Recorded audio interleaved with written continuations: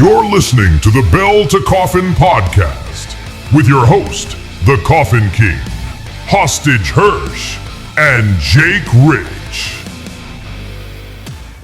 Ladies and gentlemen, ring that bell, swing that coffin door wide open. We got a special guest this week. He don't need a shield. He don't need one of those vests because he's bulletproof. We got Alex Arsenal. Welcome to Bell to Coffin, brother. What's up? Thanks for having me, fellas. Glad to be here. Yeah, man. Dude, it's been one I've wanted to have for quite some time now, dude. You were one of my favorite people in the business. Oh, that means a lot, especially in a business where it's hard to even have any favorite people. It means a lot. You are right, bro. You are right. No, dude, I'm trying to remember even like the first time we met. I think it had to be like super early when I started wrestling. I've been in 6 years, and I think I met you in San Antonio at one of the wrestling shop shows where we did it in the mall or something like that. Yeah, I know what you're talking about. Yeah. Pandemic times, maybe. Just after the pandy there. Yeah, that would be in the mall. Yeah. Yeah, that was wild, dude. Shit, this is a good place to start, bro. Wrestling in the middle of a fucking mall. That's exactly where I was going to go. Thank you, Hostage. Yeah, if we're thinking of the same one, that was when they were in the middle, like actually out in the middle of the mall. Yeah, in the middle of the mall, and there was like 2 or 3 stories. Yeah, I think Danny O'Ryan tried to jump off the top. He did. Yeah, he was trying to, and like everybody's like, "No, dude, don't fucking do that shit." No, yeah, the nothing makes you look like a tougher pro wrestler than when the security guard completely just yanks you back over a rail. Yeah, and fucking says like, it. I don't care. I'm not losing my job for this. I got kids to feed, and doesn't let you go. Yeah, we don't need no deathmatch fucking highlight reels here, brother. Yeah, let's have some fun. No, that was wild. That was really good. It was a good crowd, and like wrestling is just it fits anywhere, like physically anywhere. If you can, I mean, you don't even need a ring, but if you can fit a ring, that's better. And like any crowd, I love the challenge of like an unorthodox crowd or an unorthodox place and trying to bring them around. You know what I mean? Yeah, the family's going down to Payless to get some nice shoes on a good deal. I'm saying. And Alex Arsenal's beating the shit out of Diego or whoever you were fighting at the time. I was going to say that wrestling shop there at that mall on the north side of San Antonio, man, they got a sweet little spot in there. They got the ring set up 24/7. Yes, yeah. And it's a double wide lot, so they've got all their normal stuff going on there. But then when they fill out it's way more people than like if you're just listening to this right now and you're just imagining one store in a mall, you're like, how many people can you get in there? But with chairs and everything, they pack a lot of people in. And then they always got to try and block the windows because people are trying to watch for free on the outside and all that. No, brother. Yeah. This is a paid audience, brother. Paid show, brother. Got to pay the boys. Yeah, and then if you really want your ancient pro wrestling history at this point, right after the pandemic, there was heavy metal wrestling out of that same mall down the ways a little bit, and that was when straight up from like the government, from the police, you couldn't have more than like 10 people in a room. Or it was like prohibition, right? They would bust in and like tell everyone Italy. So we had. You think that happened? That literally happened at a show, man. Alex, give me your gun. I wasn't at that show. I heard about it, but I imagine they swung in with the ropes and crashed through the windows and put the smoke grenades out. I don't know, but they shut them down. So we just had to do 10 people. Everyone had to have masks. And that was a wild time for sure. Weird time. That's crazy. Trying to get hyped up and shit. There's 10 people, and like you can hear like individual breaths. Yes, and even if they're just the 10 most hardcore fans of your life, like there's only so much yelling 10 people can do unless they take shifts. So yeah, you're sitting there. You're like, dude, settle down, Jerry. It's okay, bro. Settle down, bro. I got this run. It's okay. You cheered really loud the last match. You were the loudest and the rowdiest. That's it. Yeah. Yeah, and then the pops through the mask was a weird sensation too. Oh yeah, like measure how good the pop was when it's all muffled. And you can't. And this is all you see, just the eyes. Yep. That shit's insane, dude. What you thinking, brother? What you thinking, Jake? I see the wheels turning. No, I mean I'm just. So the last time I saw you was at TASW Break It Off. You had a great match against. It was Nate Bradley, correct? Oh yeah, Mr. 5K. Yeah, that's my arch nemesis right there. Dude, y'all fought like a million times. Yeah, you saying me versus Nate Bradley at TASW narrows it down to about 20, maybe about 15 matches. Dude, you guys always tear it down. Like it's always so much fun to watch. Yeah, people always talk about chemistry and like I don't know, like every now and then you don't know what it is exactly. And it could just be that Nate's just that great or whatever. Sometimes that's it, and you think it's chemistry. They're just that fantastic with everybody. But we click super hard every time we're in there. It's like just haven't had a bad match, I don't think. You know what I mean? No, So, I No, haven't seen definitely one, not. and I've and, seen and it is 10 of in those. what we do. It is there's that extra pressure when you've gone a couple times already, to like make it new, and that's Right. the most impressive part. Do It's you almost do you like do the classic stuff, or do you try new things, or yeah, there's a it's million kind of things you can do, but it could be terrible at the same time. yeah, exactly. And like the worst thing I think is if it just feels like the exact same and then it's pointless to anybody. You're not story's not being developed here. No one's seeing anything new, and so. Yeah, with him, you'd think that would have happened because when I said 20 earlier, like I'm only barely exaggerating. It's got to be like if you count tag matches, it's got to be like 12 to 15 times in just like the last 2 years. So that's pretty Yeah, wild. it's a ton. Like, yeah, I feel like every time I see you, I'm like, hell yeah, dude, I'm on the car with Alex. It's gonna be sick. Nate's got to be here. Yes. Yeah, and we all have those highlight reels we send out to people like promoters and stuff. My most recent one from this last year is just one he made of one of our matches. It's not me versus this guy and this guy and this guy. It's just like me and Nate. That's enough. That's all the cool stuff you need. So It works, dude. that's it. Yeah. Yeah, the chemistry, it speaks for itself, especially because you really don't even have to talk about anything. And No. like that shit's important, where it's nice to not have to be able to say, yeah, I'm gonna go, I'll set you up, we'll feed over to this, we'll work this. It's like, no, dude, he's gonna know because we've done this, we've danced No. so many times, and that's definitely makes shit easier for sure. Yeah, no, I know everything about him. I know what kind of shampoo he uses, which one of his glutes is bigger. I can tell you all that now at this point. He'll tell you all that too. That man's a talker. Goodness. God dang, dude, he was spouting off he always is spouting off some of the wildest shit in the locker room. Like we'll be having a conversation about something else, and then you'll hear his like just cackling laugh on the other side of the room, just talking about the craziest shit you've ever heard. Everybody just stops and looks like, what the hell did he just say? Yeah, I think my screensaver, or at least my picture whenever he would call for a while, was him and Camacho and Chris Cruz all eating a banana together at the same time and making eye contact. And I have no context. I was on the other side of the locker room, so I have no idea what was going on over there. But I'm not one to judge. I just, took Yeah, a I picture. mean, And hey, that's my if you're picture. into that, for the people that are into that kind of thing, Yeah, that's the thing that they're absolutely. into, For sure. Dude, we talked about it just a little bit before we got rolling here, but RCW, dude, like I've been seeing you at RCW forever, man. When did you get your start over there? Yeah, I got the shirt on. Yeah, Hell yeah, get the looking plug in, good. brother. He's Get the looking plug in. good, brother. You're looking big in that shirt, dude. Thank you. Yeah, He yeah. looks big in every shirt, man. Yeah, well, this is a youth extra small that I put through the dryer a few times. So that Yeah. helps. It helps out the gains. You Yes. gotta work so hard, brother. Yes. Yeah. So I can go one better than the shirt too. I just went to HEB, so I had to have this on me. Yeah. I mean, hey, Oh hell yeah! Bell Brothers, Yeah, no, right there. all the time. All the Always. time. Hostage wears that to get gas, man. What do you mean? Yeah, they give me 10 cents off. I use it for squatting. It's my squat belt too. Hell yeah. I gotta try that out. Yeah. Yeah. So that's my newest hardware. Just picked up the RCW Heavyweight Championship in April. So and that was their most recent show as of right now. Next one's July 19th. So we're getting close. Hell yeah. And that was one question that comes up in these interviews a lot is your favorite match. And I got to say, it's at least for sure my favorite entrance.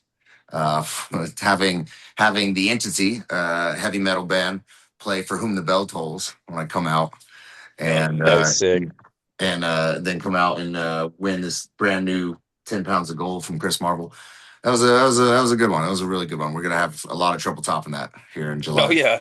Shit, man. I mean, the only thing that can top it is actually getting Non-Point to come play Bullet with a Name. I was gonna say, man, you got one of the best entrance themes on the scene right now. Period. Forever, dude. I think it's incredible. Everyone who really knows the wrestling history always recognizes it from SmackDown versus Raw 2007. Yep. Or it's the greatest soundtrack for any wrestling game. For sure. Yes. And there's a bunch of other really good songs on that one, but that was the one that applied the most. Bulletproof Alex Arsenal. Oh, yeah. Bullet with the name. And I specifically remember picking it out and thinking like, this will be a stand-in for now. And then like here we are, however many 6-7 years later. Nah, And it's like that's a main event awesome. theme, brother. I've had people who have told me that they'll reach out to whoever does their song, and it's surprise. I think there's a lot of love in other entertainment industries, music, and what else for what we do, and so surprisingly, you get a lot of yeses. So one of these days, I'm gonna see if I can get their manager's email or something, reach out to Nonpoint and see if they're interested because That would doing be so sick. yeah, I mean the only It's downside gotta is happen, man. with all the shows that do streaming and like I'm part of at least one right now is trying to get a TV spot and stuff. You got to have something not copyrighted. So Right. got and then we also live in the AI era, and it's frustratingly good. The AI song that a company just made for me, and it No. is amazing. And I have a couple of colleagues in the industry that have the same thing. The new AI song that's royalty free is amazing, but like I always love the idea that like in this era of AI getting better and better, like there was one guy who could still beat it at chess for way Mm-hmm. longer than anybody else. Non-points bullet with a name is still better, and it's It's Yeah, just it's hard, a great bro. song. and It's an I'm like amazing one of the song. last people to be able to say that. So like if I could, I would stick with that one for now. I mean, our AI overlords will probably be upset about it at some point, but They're I'm gonna they're sticking gonna with it. disconnect you, bro. Yes. Dude, I remember it was in 2024 or 2023. I went and saw Mudvayne at the Cynthia Woods Mitchell, and Non-Point it was Butcher Babies, Non-Point, Guar, Coal Chamber, and then Mudvayne, and I recorded them playing Bullet with a Name because like we're homies. And I Yes. sent that shit to you. I was like, bro. I was like, where's Alex, bro? Where is Alex when you Yeah, you need thought I him? was gonna bust out on the stage with the Making his inflatable gun? interest. Oh Like we're man. here, Yeah. dude. Yeah. Dude, the inflatable gun, bro. Talk to me about that, man. What spurned that in your brain? Because it's perfect. Probably just a bored afternoon at Party City or something originally, but I the whole bulletproof Alex Arsenal and having everything in my arsenal needed some physical representations of that metaphor. And especially living in San Antonio, this is military USA, right? The capital of the military. There's so many people. Every show, and even just out in my daily life, people are like, "Man, I see your plastic bullets. I got a bunch of real ones I can give you." Or like, let me give you my gun or whatever. And I'm like, no, I don't. It's a metaphor. I don't need to be. I appreciate I it. do not really need a gun. Yes, I'm solid. Like these are the weapons. We're good. That's it. So the especially so I have the smaller ones, but the and I love the dual wielding and all that, but the real big, goofy, cheesy, giant plastic inflatable gun is my favorite because it's supposed to scream cartoony, fantasy, Over the unrealistic, top. Perfect. Yeah. bigger than anything they had in like Predator or whatever, you know what I mean? Like just this It's giant. like Jim Carrey and Mask, bro. Yes, yeah, exactly. That's what we're going We for. ain't got time to bleed. Yes. Because it is, it's this metaphor for having everything in my arsenal. And so, especially, with everything going on, one of the other championships I have here is from Uvalde Mhm. for NLW. I'm still Mm. their champion. That was a big one for me was when everything happened out there in 2022. And we Yeah. had a show, 6 weeks later that Yeah, they it wasn't were long. I remember it. Wow. the Yeah, that's promoter crazy. was from there and he was on the ground talking to the people. They wanted some entertainment. Otherwise it was everyone kind of had mixed feelings, but like, okay, if this is what the kids are looking for. And so I remember when I went out there and I was like, okay, we're gonna really have to downplay, the bullet holes on the gear and all this stuff. But like I said, I think I changed the song for a couple of shows out there, but the idea has always been to make it so blatantly metaphorical and like cartoony on purpose. Yeah. Right. So it ended up being a thing where again, at those shows, I asked everyone, like, you think I should bring the song back? And do you think the kids will still want to buy the little plastic bullets or should I give them out when I get, and like, after a while they said, yeah, absolutely. Cause it's so fun and kid friendly when done this way, I think. Yeah. And so Yeah, you're not that being serious. yeah, by no means. And then I've never because they're big and inflatable. I've never, no matter how many hardcore matches I've never hit anyone with them and won't accomplish much.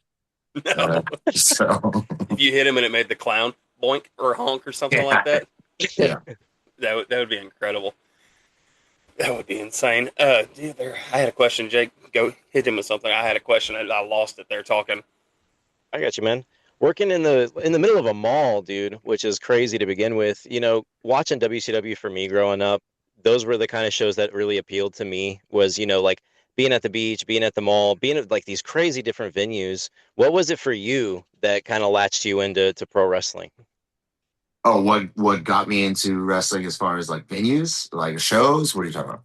Just anything. I'm just Oh. I'm Like, what I'm was just the connecting moment it to yours. that kind of Oh hooked yeah. you? Okay. So on one side, I've told this in a bunch of interviews, but on the other side, if I change the story, it's inauthentic. The answer is the answer. The truth is the truth, and everyone enjoys it. So WCW, you said that, right? That's I'm old enough. They were still running and gunning up until when I was 5 or 6, whatever. So my earliest wrestling memories are WCW. They were the South, right? They did a good job of coming through Yeah. Texas a lot at that time. Oh yeah. And Yes. so we were out in Abilene, Texas, and my dad took me and my two older brothers, and headline was Flair, and I want to say Bulldog. I think British Bulldog was still running that time with WCW, and they went 1-on-1. And I'll tell you, the spot that changed my life and made me like, no, I've got to be a pro wrestler. I came home and my mom was like, "How was it?" And my older brothers were talking about Sting and probably Eddie and all that. And I told them, "Mom, I saw Ric Flair's butt cheek. I saw Ric Flair's butt cheek. It's the greatest. It's the greatest thing I've ever seen." And so, because you have a target demo for, and again, the cool thing about wrestling is it's kind of for everybody, I think, you know what I mean?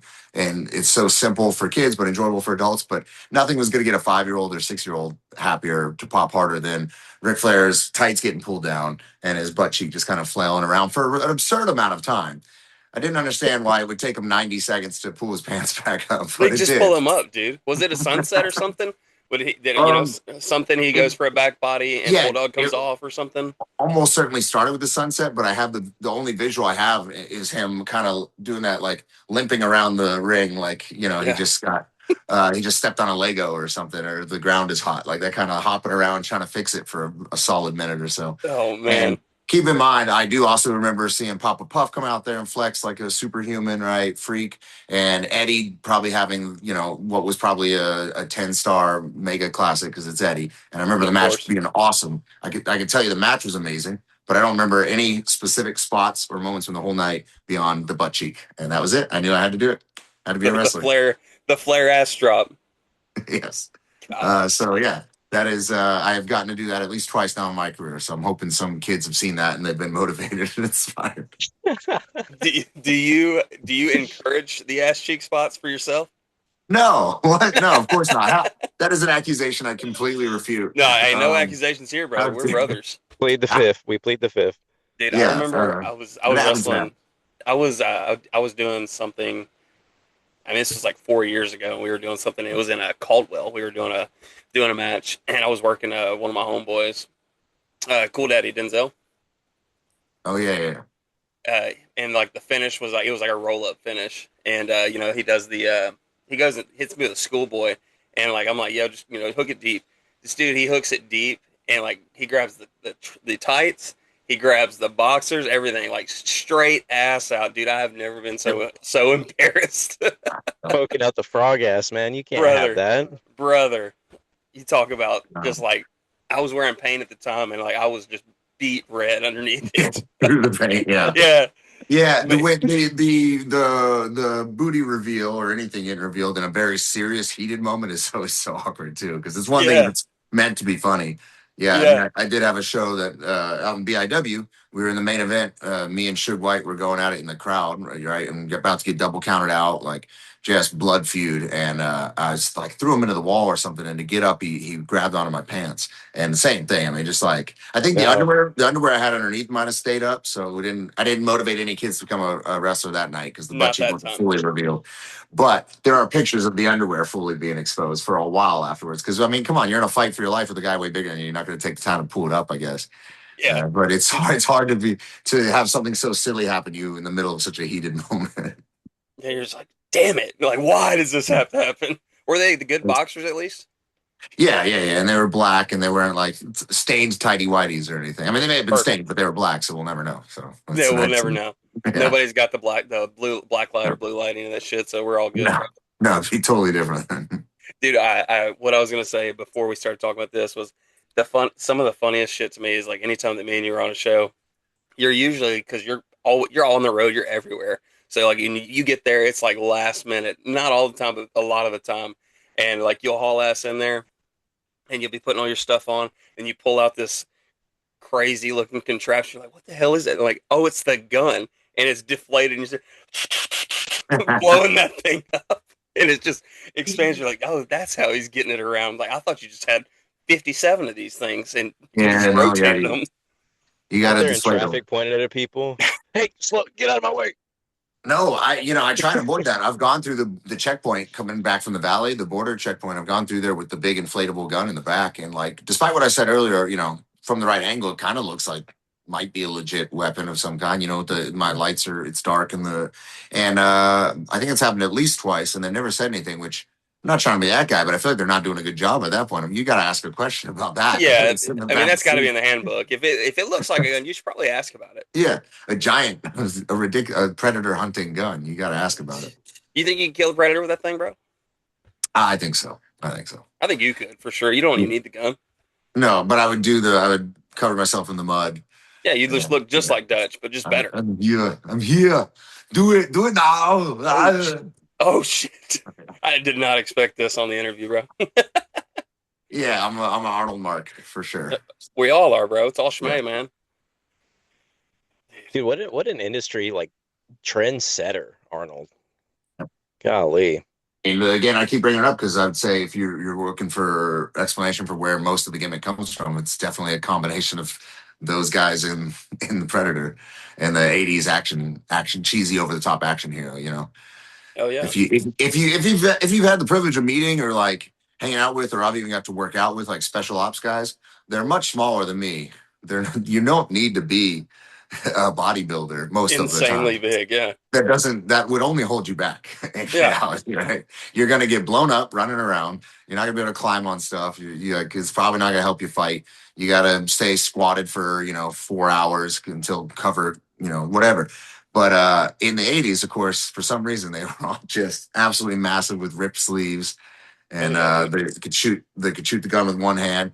Yeah, I did some gun training for a film, and like, man, just the shotguns alone like knock you off your ass if you're not You're fully not ready. staggered and you don't know how to do it right. Yeah. But in those movies, they ripped the giant turret off of a helicopter and shoot it with one hand, no Yeah. problem. I mean, it's Arnold, bro. It's Yes, Austrian Death Machine, dude. We're ready. yes. So yeah, that's definitely You, what I you mean model to tell me myself you don't after. think he could do that in real life? What do you mean? Maybe he could do that. Maybe I think then in an actual firefight where he's got to squat down without his knees cracking, and then like run in and do a barrel roll and then climb up something, he's probably screwed. Yeah. Dude, I Definitely don't know. screwed. Have you seen Commando? Yeah, he did a lot of cool stuff in Commando too. I have a feeling there were quite a few takes. I'm gonna imagine they weren't that whole fight scene wasn't one continuous thing like a Keanu Reeves thing or something. Oh yeah. So I don't know. No, it's still real to me. Yeah, well, yeah, especially in Commando. Fun fact: you go back and watch, you can see some of the platforms that fling the bad guys up when the grenades go off. So I'll have to watch that again yeah. just to clue in on. I'm like, Just damn, to Alex is Yeah. right, pick it bro. out. So there were some great athletes in that movie too, for sure. Yes. The flying men.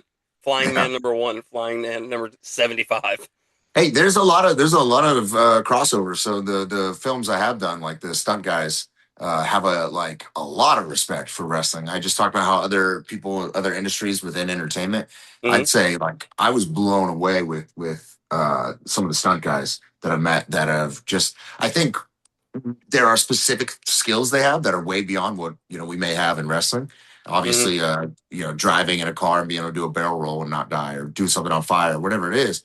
But as far as the hits and all that stuff, and the physical, the fights, I think their appreciation for the one take that we have, if you Definitely. only do it once, and is wild. And so it's been really cool because again, most of the ones I've met are just so talented and awesome guys who can do all these things I can't do, but they all kind of come back to that same thing as saying like, yeah, I know one of our guys tried wrestling and it just wasn't for him, or we've had guys come over from wrestling and like number one thing is they get on set and we can actually hit them and they're like not complaining and we're just blown away by that and like they keep going. And Hell so yeah. the times I've had any kind of physical scene in anything, it's awesome to like bring that skill set because on a film set, it's just about, if possible, getting it done, getting on to the next thing, not wasting anybody's time, not being the one that causes everyone to have to reshoot. And the physical stuff, it's great. There's like, yeah, whatever. I'm just so used to wrestling. I'll slip and fall on my neck, but I'm going to keep going and we're going to make it look good. Absolutely. Dude, let's talk about film, man. So, like, what got you into acting? Okay, so I definitely always wanted to do it for sure. And if you'd asked me 3 years ago, I think I still would be telling you that, yeah, one day Sure. Right. Like Batista and Cena and all these guys. It'd be great to segue into that when I'm a bit older and more beat up. But I didn't think it would come so early. So I was at a BIW show late 2023. So it's 8 hours drive, and we're real late. We're real late. And you said that earlier, right? I'm always late. So we're real late. And Always this late, one but was always performs. yes, absolutely. So And let's not get it twisted. It's because you're always working. It's not for any yeah. other reason. No, for sure. I'm busy doing something. And then in this case, I think it was Rob Love's fault. I think Yeah, it we had to be left late Rob because of Love. him. Yeah, it's always his fault. So we have shown up to those shows before with his music playing one time, right? So he's got to get out of the car and go to the ring. So yeah, that's pretty wild. And so on this particular day, I think he was up next and he ran on to do whatever, get ready. I just had to go to the bathroom, but you can't stop for that whole last hour or two if you're already late. You know what I mean? Exactly. It's an important part of the Right. story. It You sounds gotta like you're push like, it, man. how does this have anything to do with anything? So I get into the venue and I go straight to the I know where the men's room is from last time. I go straight there, and it's in the back, so there shouldn't be anybody. There's no fans or anything, right? And I try and kick the door open because I can't even stand up straight, right? I mean, it's just like a You're Russian losing. pregnant racehorse. I gotta pee. So I go to kick the door and it stops, and there's like this huge furry foot stopping it. And I hear a female voice say, give us a minute, we're almost done. And I'm like, huh. Us. And I look up and I confirm it's the men's room, but it's also wrestling. So I've seen weirder stuff. This is just another Right. Tuesday. Like, whatever it is fine. And I'm like, I'm sorry, I got to go. So I forced my way in because I was about to explode. And there's three ladies putting on the Bogman costume onto a really tall dude. So the Bogman is like the Southern or the Mid-South version of like the Yeti, the Abominable Yeah. Snowman, the whatever, Yeah. Sasquatch. The Sasquatch. Yeti. Yeah. So the Bogman. And they have a movie that they had just finished, and they were trying to promote it, and they were going to go out at intermission, and the Bogman was going to, pose for pictures, and so that's what was going on there. But I mean, what an icebreaker! So I'm at the urinals right there. There's three ladies just trying not to look at me and just listening to the loudest pee they've ever heard anybody take, and Pissing like a frying pan. yeah, after that You could say it. Get creative. Yes. So I met the director. We were talking, and just we hit it off. And he watched my match, and he later told me my match was my audition. I didn't realize it, but he has a movie coming up still to this day, actually, called Blood Tornado. It's gonna be a wrestling movie. We're gonna have the Von Erich boys in it and everything. It's super cool. But at the time, he thought he was gonna be doing it in 24, so he was casting for it. We exchanged numbers. He texted me. He says, "Hey, you got the role if you want it. That was your audition." He loved it was a tag match, and we're assholes. And I let my guy do all the work, and so I was just on the apron, just having fun with the crowd, doing Of my thing, course. getting paid to just flirt with the ladies and piss off the Yak fellas, it up, make dude. kids cry. And so he really liked it. Cast me for that, and then unfortunately, very unfortunately, his lead actor for his next movie passed away, and it was right before it was going to happen. So he said, I really don't have time to recast. He was very honest with me. He said, like, if you want to send in an audition really quick, but I'm pretty sure we're gonna go with you. So I like this part of the story too. As a worker, as I am, I was like, man, I'm gonna expose myself. I think I can act, but I don't know if I'm good enough to be the lead in this movie. He's gonna be on Tubi and all this stuff. So I was in the middle of my workout and I filmed the audition with my manager, and I told him, read the lines really stale. And like, I'm sweaty and there's noise in the background of the gym. My manager's reading it very stale because I wanted all the like external elements to be against me. I wanted all the disadvantages. So you'd say, oh, that's why he's not good. Oh, it seems like he Perfect. sucks at acting, but that's, and so I sent it to him, and you see those three dots on the text, you're waiting for the response. And like, man, those have been sitting there for a while. No, he gets back to me and he says like, hey, I know it's really hard to read lines for someone who's not an actor. And then another three dots, but yeah, that's good enough. We got it. I'm like, all right, cool. Well, there it is. So I don't think I've ever told him that story. So when he watches this, he'll find out. But it ended up being all right because then I got cast in the lead for Sea of Madness, Siren's Revenge, which you can find on Tubi right now. Also on the Fandango Right app. to the queue. They got it on YouTube. We got the hardware. We got the DVDs out there now. I've signed a couple of them.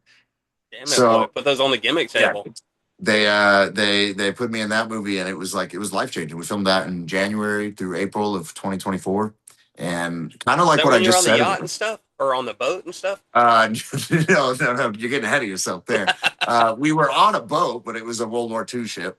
Right, Gotcha. it was a destroyer from World War II out in Baton Rouge, and yeah, and just like I said about the stunt people earlier, everyone was so kind and helpful, and really accepting. I thought I was gonna be this outsider, this like lunkhead wrestler that nobody wanted around, but everyone was super cool, helped me.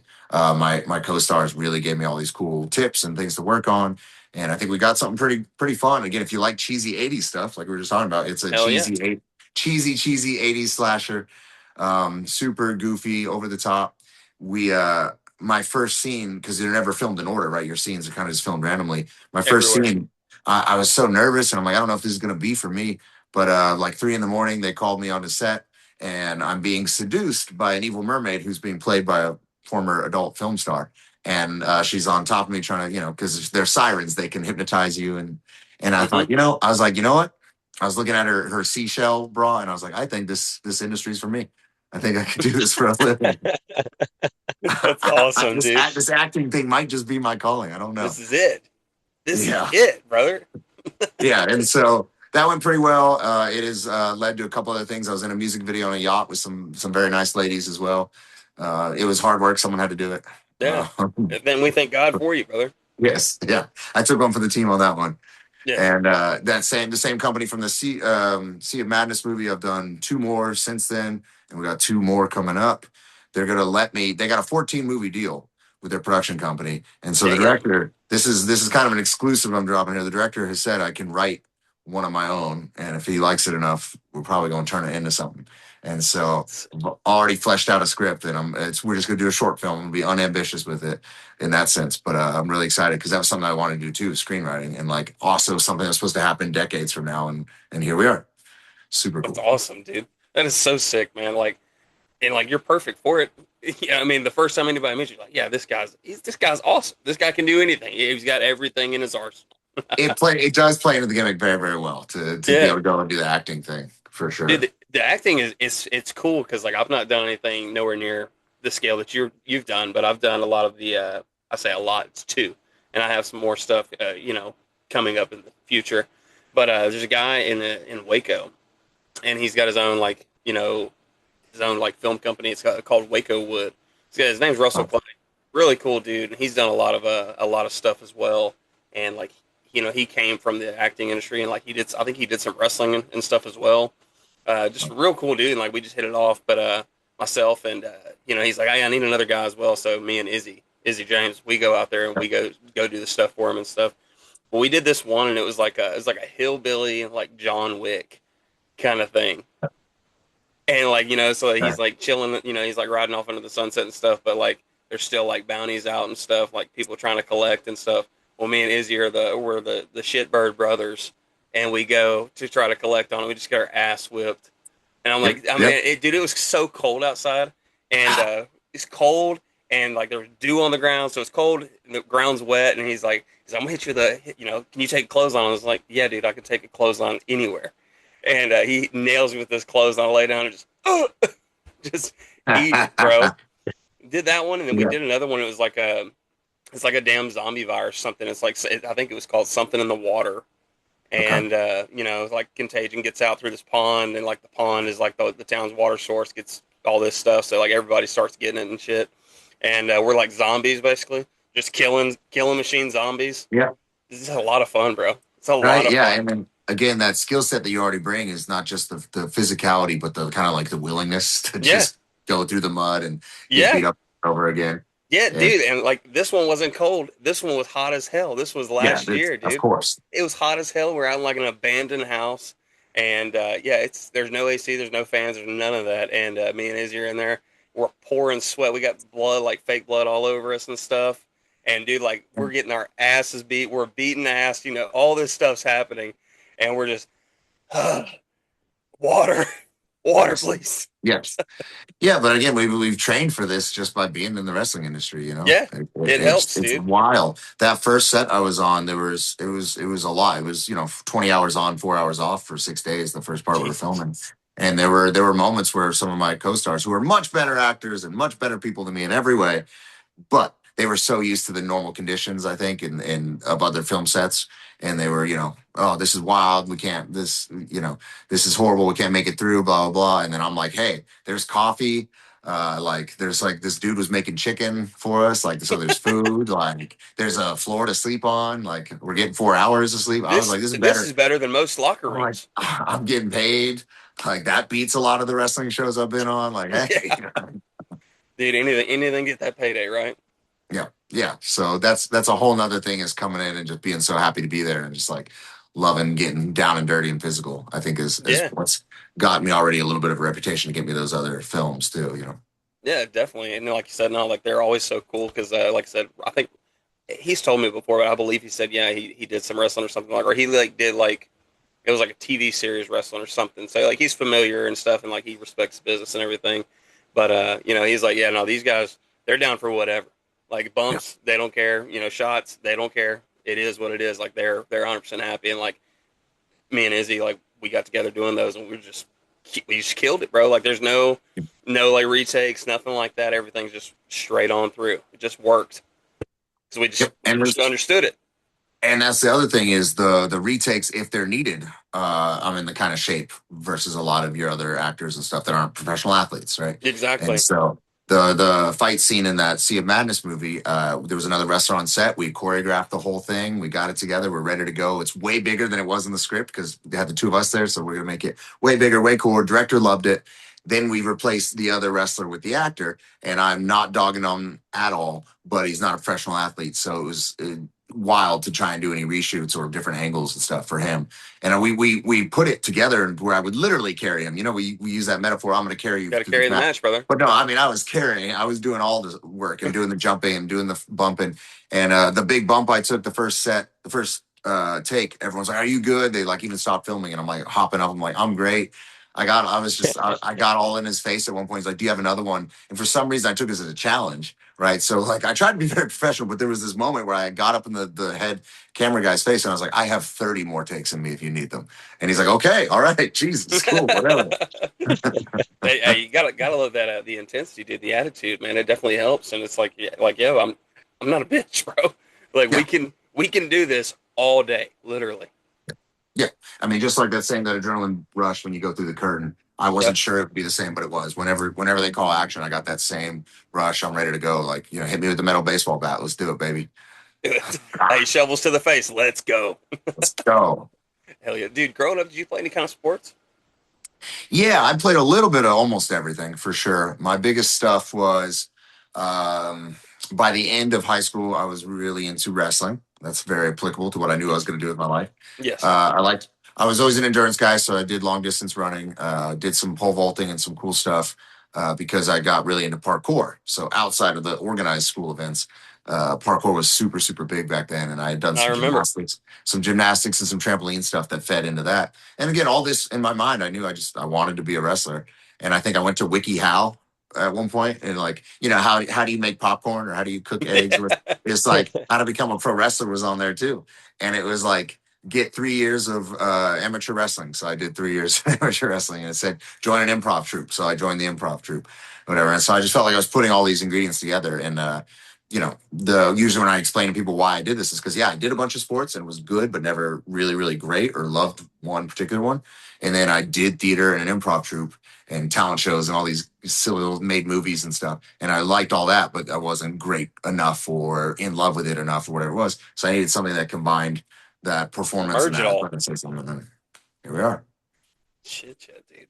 Shit. Jake, are you still alive, Jake? Yeah, brother. I'm just listening. Alex, you've been all over the Gulf Coast from Houston all the way up to Mississippi, but a lot of people may not know you've been in the Bahamas, Barbados. Dude, I see wrestling those, and I'm down like, there what? in the Caribbean is crazy. How do you get the connection to get down there? That's insane. Yeah, I wish it was as funny of a story as the movie one where I ran into a big hairy dude and some ladies in the bathroom. In the bathroom. The bog man. It's hard to top that one. But yeah, they All Caribbean Wrestling. Mark Henry runs it. They were coming through in December of 24. They were doing TV tapings in San Antonio, and my boy Trinidad hooked me up because they needed some extra wrestlers. So went out there, and the part of the story that I think is really cool, it's going to kind of come out of left field, is it's the only time in my career thus far, despite all the hard work, that I walked in and they offered me like a spot with the crew before they saw me work. You know what I mean? It's Two awesome. different people asked if I had a passport, and I hadn't wrestled yet. They had me up against Lindsay Dorado for one match and some other, and so it was a big deal. I was like, "Oh, this is great! I'm gonna be able to show all the stuff I can do." But like, it didn't end up. I mean, it was great when it happened, but I almost feel like it could have been bad. I could have shit the bed, and I don't know. They were because what we do is such an aesthetic business, Mm-hmm. and I've never shied away from that. Even though I was 5'9", 140 pounds when I was 18 and trying to become thinking about being a wrestler, I was like, well, okay, it's going to take a lot of work then because I don't know if I would watch me on TV right away. You know what I mean? Because when you're flipping Yeah. through the channels, you only Daniel Bryan and Rey Mysterio. They might Eddie Guerrero might keep us once we're watching, but you got to see Mm-hmm. your great Khali's and your Scott Steiner Papa Puffs Scott on Steiner, there. O2 Triple Right. H, bro. Like Yeah, all these. you need a lot of that to bring in new people. And so I have always been fully on board with the aesthetic side of this business. And I've always thought, okay, if I'm going to have everything in my arsenal, that's got to be one of them. And so with All Caribbean Wrestling, I got offered a full contract and everything after they saw me wrestle just 2 or 3 times and did some TV tapings for them. And then that's a year and a half ago now. So we've done Bahamas 4 or 5 times, Barbados twice. We got a Jamaica and a Guyana coming up. We have a Guyana booking. Man, So Dude, that's that's sick. insane, bro. That is Insane. so When are cool. those coming? The next one now, I think both those are going to be in August. I think Guyana's first. We're going to be the first wrestling show there since 2012, I think. Wow. So that's going to be exciting because That's really cool. if you know anything about crowds that don't see a lot of wrestling, oh brother, you throw a hip toss in there, they're going to lose their mind. act like it's a WrestleMania 3 Hulk and Andre. Yes. Yeah. No, the Bahamas gets at least enough entertainment overall, concerts and stuff like that, I think. But the difference, just like anywhere else in the world, there's huge differences once you get to know the people from one island to another. And Barbados is further, like, as far away from Bahamas as like Bahamas is from Texas. So Damn. There's watching Pirates of it's the Caribbean. geographically pretty far. I thought Jack Sparrow and the Pirates of the Caribbean, I thought he was just swimming from one island to another. Like, I thought they were all next to each other. And like Bahamas has 700 islands itself. So like, no, they're so different. But Barbados, I think by being that far out, you'd be up in the air for 6 hours if you got a direct from San Antonio, right? By being that far out, they get so little of anything out there and even no wrestling that it was just, we were mega stars and like everyone was it's so weird to be surrounded by so much positivity too. Yeah. Because wrestling, just like music, just like Star Wars, the fan base can be a little icky sometimes, right? Or Yeah, jaded, maybe is the right word, seeing everything. Well, out there, they're seeing nothing. And I was saying this in front of some of the like wrestlers from the Bahamas once, and he's like, well, dude, we have TV. We do watch us. And I'm like, yeah, I know, but that's not what I'm talking about. Live, if you haven't In seen person. it live, it's so different. Yeah. And so, yeah, the characters are even larger than life out there, and the matches if desired, can be so simple but just so enjoyable. And it's so much fun out there. I'm hoping to go all over the world, of course, eventually. But so far, that's been by far the coolest travel. That's so sick, bro. Like I said, I see those posters and I'm like, dude, how is this guy doing this? I know he's the shit, like he's the man. But like, how are we doing this? What am I missing on this? Dude, those people would probably explode if they saw the Coffin King, dude. Yes. They wouldn't know what hit them, bro. They'd probably be clutching their pearls. I mean, they'd be all kinds of screwed up, dude. Yes, they'd probably be running away. They'd probably be leaving. Yes. Probably kill the town. No, dude, I'm just jobbing to Arsenal tonight. It's all good, bro. Yeah. What were you saying, Jake? No, you. I thought you were saying something and I cut you off there. I wanted you to be able to get your point. You took my question. I don't even remember what it was. Oh shit! But no, I'm dude, over here dying. Dying. He's sweating his ass off, man. The AC went out in the studio, dude. He's going through it. Oof. Getting eaten alive, brother. Nothing but mosquitoes out here, brother. It is nothing but West Nile virus. Oh no.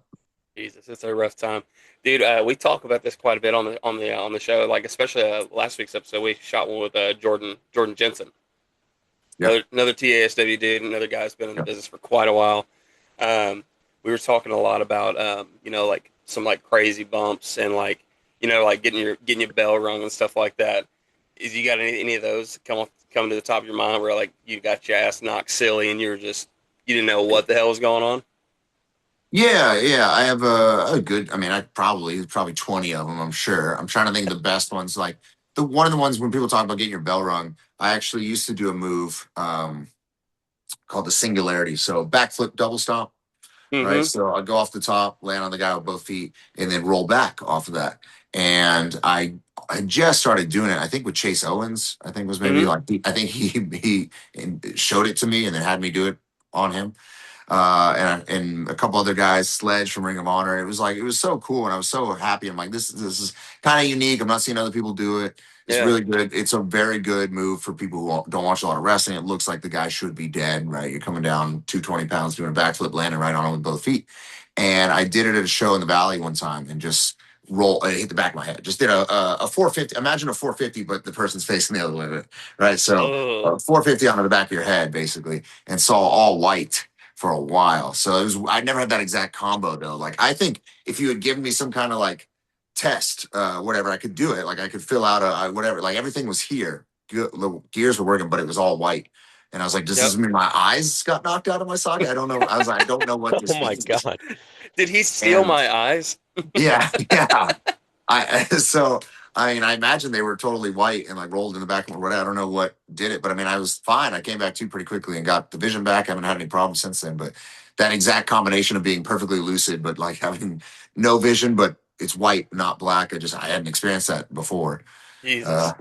and the closest ever was you got to learn to bump differently a lot of times in lucha and in Mexico. The Yeah. rings, it culturally, it's not a negative thing. Culturally, a lot of times the rings are just not the same, or they're No. boxing rings straight up. And Yep. so did work in Mexico City a little while before the pandemic, and I had one match where it's just every bump was a white flash, and I went, okay, Oh man.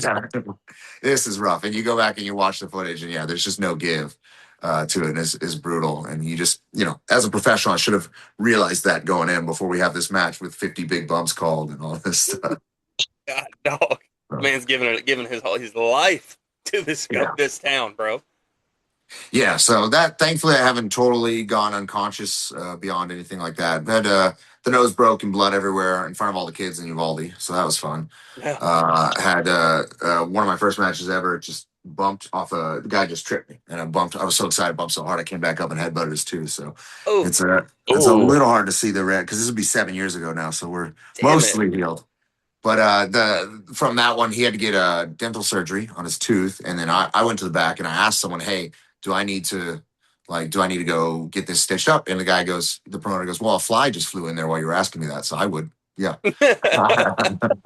Yeah, probably definitely would do that, and yeah, it's yeah, good definitely idea. infected. That man's yeah, tooth was in your skull. yeah." So get the fly out, and then Now stitch you it got up. that fly in there. Probably, yeah. I don't know if yeah, he's just in there still. I don't know, and that Got might have bugs been in what your happened brain? with the eyes. Alex, we already talked about music. What's your first concert and your best concert that you ever been to? Ooh, okay, man. First concert. I don't know. I've always been a raver, Right right? on. So I'm sure I've been to some concerts when I was younger, but went to got to see Darude. If you know Sandstorms, like probably the most Yeah. Oh famous yeah, techno dude. song of all time. Hell yeah, dude. So that and a couple other big names, and then I don't know what my timeline is like, but another cool one that pops a lot of people is I got on and I lived in Austin. We got in a boat when I was in high school, and it took through Lake Austin probably took 4 hours of what would be like a 10-minute drive to get to this shore where Brad Paisley was debuting his new Water album, and like we're all on the water and floating around, and he's doing this concert. That was super awesome. That's one of my earliest memories of like just a really badass concert. Hell yeah, So man. still, That's dope. I'm a country fan. It's never like, but not a huge one, if that makes sense. Yeah. And I don't even know if I knew Brad Paisley before that. And then he dropped that album and he had that concert there. And I think that's a testament to the concert more that you're not the biggest fan in the world going in. Like someone who's not a wrestling fan and then comes out loving it or whatever. Comes out. Yeah, I feel like that's exactly what the industry's about, is like exposing new people and touching people that may have never seen this before and be like, oh man, this is sick actually. Yeah. Yeah. So that was my experience then. I became a bigger country fan, bigger Brad Paisley fan for that for sure. Oh, yeah, but so you definitely threw me when you said Brad Paisley. I was like, I'd have never Yeah. picked that. I'd have never picked that. I'd say he's Yeah. jumping some Metallica, he's bumping some Megadeth, Slayer, stuff like that. But no, Brad Paisley definitely caught me off guard there. Yeah, yeah. So on one side, like I said, big techno dubstep fan. Been to a Yeah. lot of those really good concerts. Saw Skrillex before anyone knew who he was. So I get to be all hipster about that and be like, I'm the gatekeeper. You're all losers who just found out about him, right? But then, on the other end of it, going to see, not being a country fan and going to see Brad Paisley and going like, okay, that was like my favorite concert. Like it's a big deal. Like that was sick, dude. Yeah. Got tears in your eyes. You sit here listening to it. You're like, damn Yeah, sitting there floating in my little rubber ducky like thing in Lake Austin, with a beer. That probably enhanced the experience a little bit. Oh, probably. It's definitely an experience 100%. enhancer, an enhancing agent. Yes, absolutely. Well, shit, yeah, dude.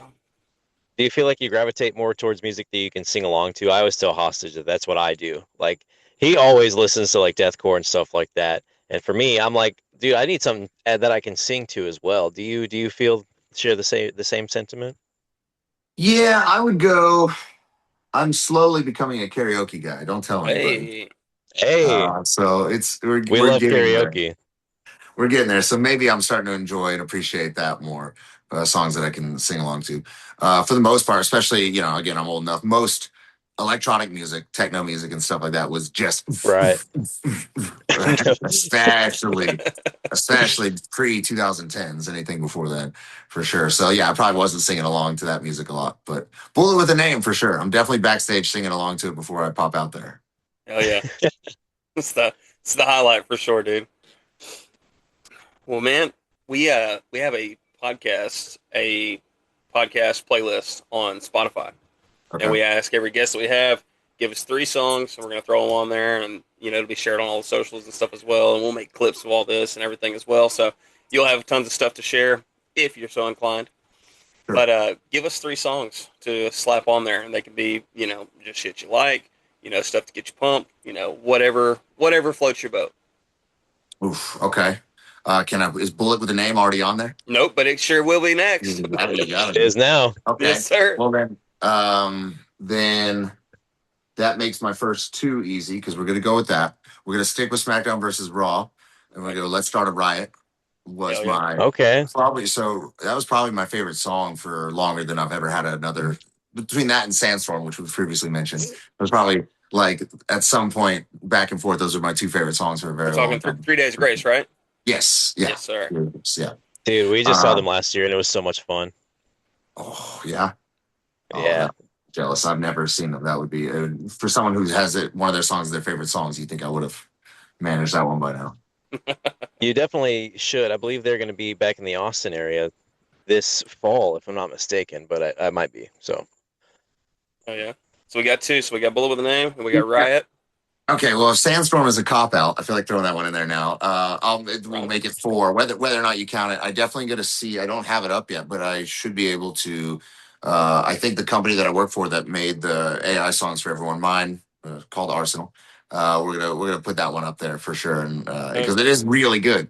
It's a testament to Bullet with a Name for me to tell you that my new entrance song, royalty free, is like a 9 or 9.5. It's really good. Damn it, dude. I can't wait to hear it. Bullet with a Name is a 10 though, so that's gotta use it when I can. Hell yeah, that's definitely a measuring stick to try to live up to. Hell yeah, dude. Well, Jay, close us out, brother. We ain't gonna take up no more of this man's time. For sure, man. Well, he's acting, he's wrestling, he may even be singing these days. He really does have it all in the arsenal. He's bulletproof. Alex Arsenal, thank you so much for joining us tonight, brother. Hey, thank you guys for having me. Let's do it again soon. Yes, sir. Let's definitely do it. Yes, sir.